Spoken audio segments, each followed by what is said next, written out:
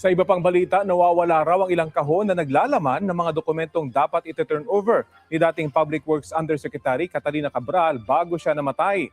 Ayon sa kanyang abogado, ang mga dokumento ang magpapatunay na sumusunod lang ang dating opisyal sa mga utos sa kanya. Balita natin ni Maki Pulido. Para raw sa yumaong DPWH Undersecretary Catalina Cabral, ang mga hawak niyang dokumento na tinatawag ngayong Cabral Files, hindi ebidensya ng katiwalian, kundi ebidensya na wala siyang kinalaman sa anomalya sa flood control projects. Ayon sa kanya. Ganun. Ganun. May guest na naman tayo. USU President Trump said to all presidents who are addicted to drugs, I will prosecute and arrest that include one of Southeast Asia's president. Woo! Palakpakan uli!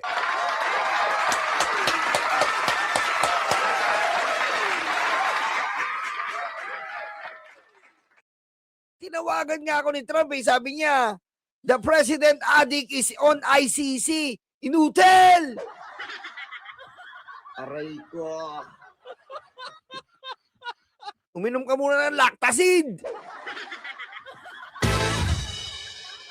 Tanga-tanga ang putik.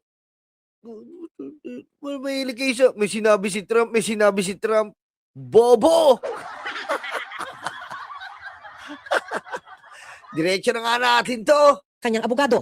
Ito raw ang dahilan kaya magto-turn over dapat siya ng 6 na kahong puno ng dokumento kina Attorney May Divina Gracia. Pero sabi ng kanyang abogado, hindi raw ito na-turn over sa kanila at ngayon nawawala. Those documents would show na talagang she was just really following orders coming from Secretary Bonoan. Those orders Alam niyo, totoo naman yan eh. Alam niyo, si Cabral, alam mo, attorney, hindi mo masasabi na si Bunuan lang. Kasi nga, 11 years na si Cabral dyan. Tinubuan na siya ng talaba. Stupid. Di ba? Tinubuan na siya ng talaba dyan. And sa pagtubo ng talaba niya, yan ay alam niya na ang pasikot-sikot. Kita mo, sa sobrang lakas ng loob ni Cabral, inoferan niya si Tito Soto kung magkano ang gusto mong i-allocate. Ibig sabihin, yan na talaga ang sistema dyan. instructions directing her to vet and review certain projects if it's qualify for funding. Sa Senate Blue Ribbon Committee hearing, itinuro si Cabral ni dating DPWH Undersecretary for Operations, Roberto Bernardo, bilang mastermind ng kickback scheme sa DPWH. Sinabi rin noon ni Bernardo na may kapangyarihan si Cabral na magdagdag, magsingit o magbawas ng mga proyektong popondohan sa National Expenditure Program. Itinanggi raw ito ng kanyang kliyente, ayon kay Divina Gracia. Ang sinasabi niya hindi niya alam kasi kung meron man mangyayari yan siguro sa awarding or sa implementation, but hindi kasi siya naging she was never a district engineer, she was never a director, kumbaga never siyang naging so hindi niya alam yung nangyayari sa mga district engineering offices and regional offices. Ang merong jurisdiction dito the person who has supervision and control over these offices are the undersecretaries for operation. Wala rin daw tinanggap na kickback si Cabral. Wala raw mga mansyon si Cabral at simple lang ang buhay ng kanyang 2 anak. Nako, kalokohan yan. Alam niyo, mama, nire-respeto ko kayo bilang abogado, pero masyadong walang maniniwala po sa inyo eh. Wala po maniniwala. Wala po maniniwala sa inyo. Sorry, mama. Sorry po talaga. Wala po naniniwala sa inyo. Sorry. We went to their house in Tatalon. Hanggang namatay siya dun sila nakatira. Kung meron siyang 20 billion, meron siyang house in Forbes, meron siyang house in Corinthians, bakit niya patitirahin doon yung mga anak niya? And you can also verify saan nagtatrabaho yung mga anak niya. Yung isa, ang description niya sa sarili niya, I'm just a cook in a hotel. Not even a chef. Yung isa naman is a salary grade 11 employee of the government. Bago siya natagpo ang patay sa ilalim ng bangin sa Benguet noong Disyembre, may mga nauna na raw ginawang tangka sa kanyang buhay si Cabral matapos siyang idawit ni Bernardo sa Senate hearing. Lagi niyang tinatanong sa akin, pinapatawag ba si Secretary Bonoan?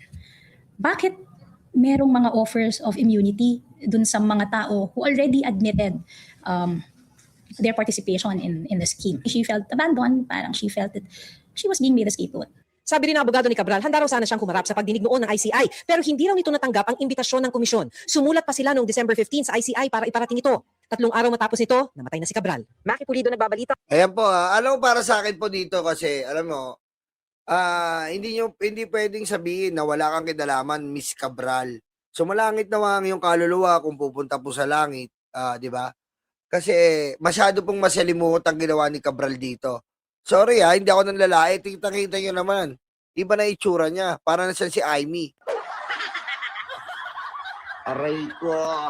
'Di ba? Mula Cabral naging Jolie, Angelina Jolie. 'Di ba? Kasi alam mo, attorney, hindi natin matatagpuan ang katotohanan kung tatakpan mo. Tignan mo naman yung mukha ni Cabral, magkano isang botox nun. Oh. Di ba? Kaya nga mas maganda pa yung natural niya eh. Totoo, mas maganda pa yung natural niya, dati Lucy. Maganda pa yung natural niya. Ngayon, tignan mo, para siyang nasabugan ng fireworks eh. Aray ko. Hindi ko po nilalait hindi ko po nilalait. Tapos pangalawa, siya ang naging dami ni Eric Yap. Sa uling sandali, lumabas ang katotohanan.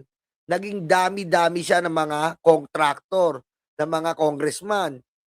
Oh. Tapos, pangatlo, siya ang nagmamanipula ng budget. Oh. 'Di ba? Siya ang nagmamanipula ng budget. Bakit? Siya ang nakikipag-usap sa mga proponent, tsaka sa mga politiko. Nalaman natin yan ng Blue Ribbon. Oh. Pang-apat, siya rin ang nakakaalam nung kay Bulong, 51 billion. Alam na alam niya, sistema ng 51 billion, yung rack netting, alam niya. So, hindi mo masasabi dito, madam, na walang kinalaman si Ma'am Cabral. Alam natin na matay siya. Sumalangit nawa kung lalangit siya. Pero the fact na nag-aangad tayo ng justisya ngayon, pangit naman yung pagtatakpa mo na inosente. Si Bunuan, kasama siya. Kasama ang lahat ng mga DPWH sa involved dito. Mga district engineer, kasama sila, oo. Pero yung isi-set aside mo si Cabral na siya ay inosente at walang kasalanan, malabong ipakain mo yun sa taong bayan. Lalo mo lang nililito at akala nyo naman po malilito yung taong bayan. You can never mind condition the people right now. Because up today, we are longing for the truth. Diba? Hanggang ngayon, naghihintay pa rin kami ng sagot.